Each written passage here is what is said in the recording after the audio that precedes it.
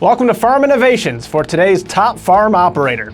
For today's product news, we want to show you the Archway X Series manure spreader.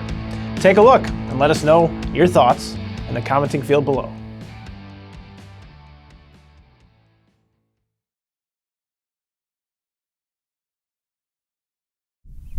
Hey, we're here today to talk about what to expect when you take delivery of your new Archway manure spreader.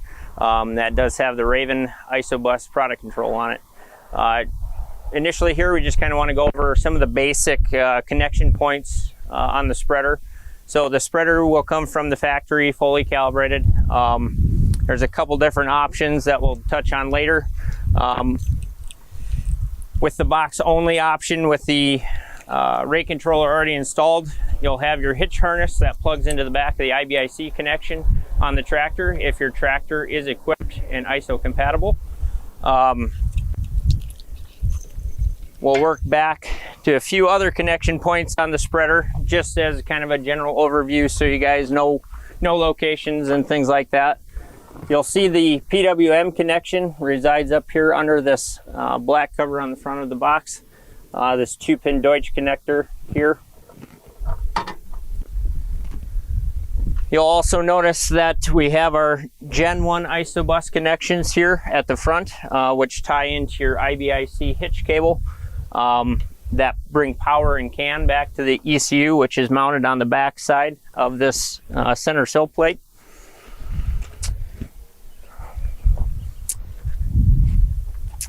Coming over to this side, you'll notice the rate control module resides right here.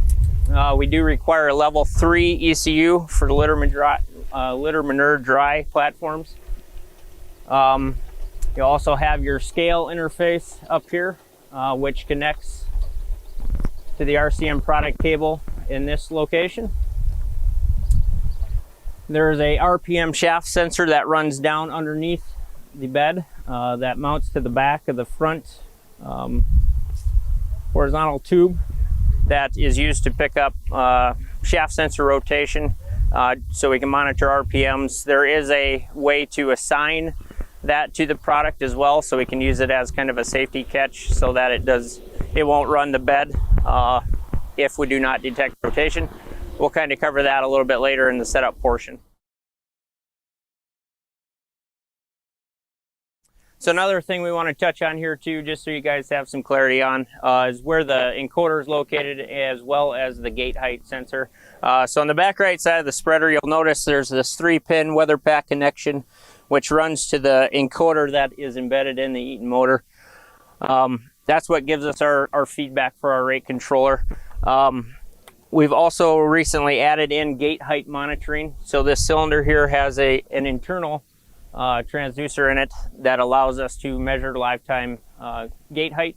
The connection point is back here. Just so you're aware, we'll cover how to calibrate and utilize that feature in a later video. All right, would like to touch on a few of the different cable options that you may encounter once you get the box, depending on what kind of tractor this box is going to be tied to, whether it's new enough that it's got ISO capabilities already with the IBIC on the back of the tractor or not, or if we need to look at adding a standalone ISOBUS system to it. So as we kind of touched on earlier, the box will come with the IBIC connection cable already installed. So you can simply plug this into your tractor as soon as it arrives and populate the object pool from the Raven rate controller onto almost any third-party UT in the cab, so John Deere, Trimble, anything like that. We do have a list of certified third-party UTs that we can provide to give a little clarity on the variations. So this guy will plug directly into the back of the tractor, and then this guy here will be our master switch connection, which we'll kind of cover here in a little bit.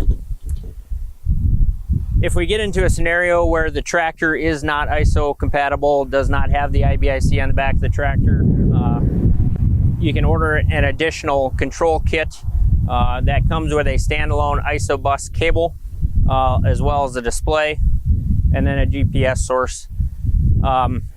This cable here is what we consider our standalone isobus harness. It has the IBIC connector, which you would mount on the back of the tractor. We've got high current power lugs that would run directly to the battery of the tractor.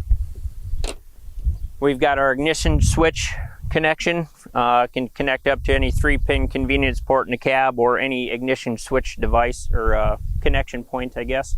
What this does is fires the relay on the cable to actually provide high current power back to our IBIC connector. Then we've got our display connection that is also built in. Moving down to the display that would come in play on a machine that does not have one in the cab already. This is our CR7 display. It will come with UT and task controller unlocked. This 092 cable will also come in that kit. This is what we use to tie the CR7 into the standalone ISO cable. It connects up in the back here. The one note I want to make on this smaller connector, if we are utilizing the Raven GPS solution, we actually power the display via the cable that also powers the antenna. So in this event, we take our 373 cable coming down from our GPS source, and that will go into the bottom plug on the CR7. The small plug on the 092 cable will remain unused in that scenario, but we still do utilize this larger plug at the top here.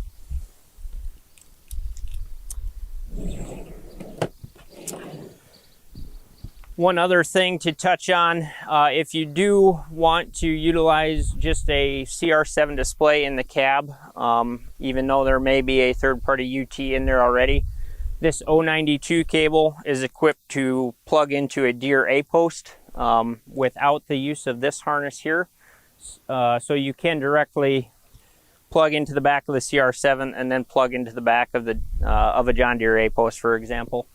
We do have a variety of other cables like this for the red, the yellow, and blue tractors out there that would forego the use of this cable if you do want to utilize a Raven field computer in the cab. So one other thing I want to touch on here is our master switch options. We do require a master switch input before we will allow product application. What we have here is just a simple foot switch. The foot switch will reside in the cab, obviously. It'll also come with this foot switch extension cable. Simply plug the foot switch into the foot switch extension cable, and then you'll connect this at the back of the tractor by your IBIC connection point.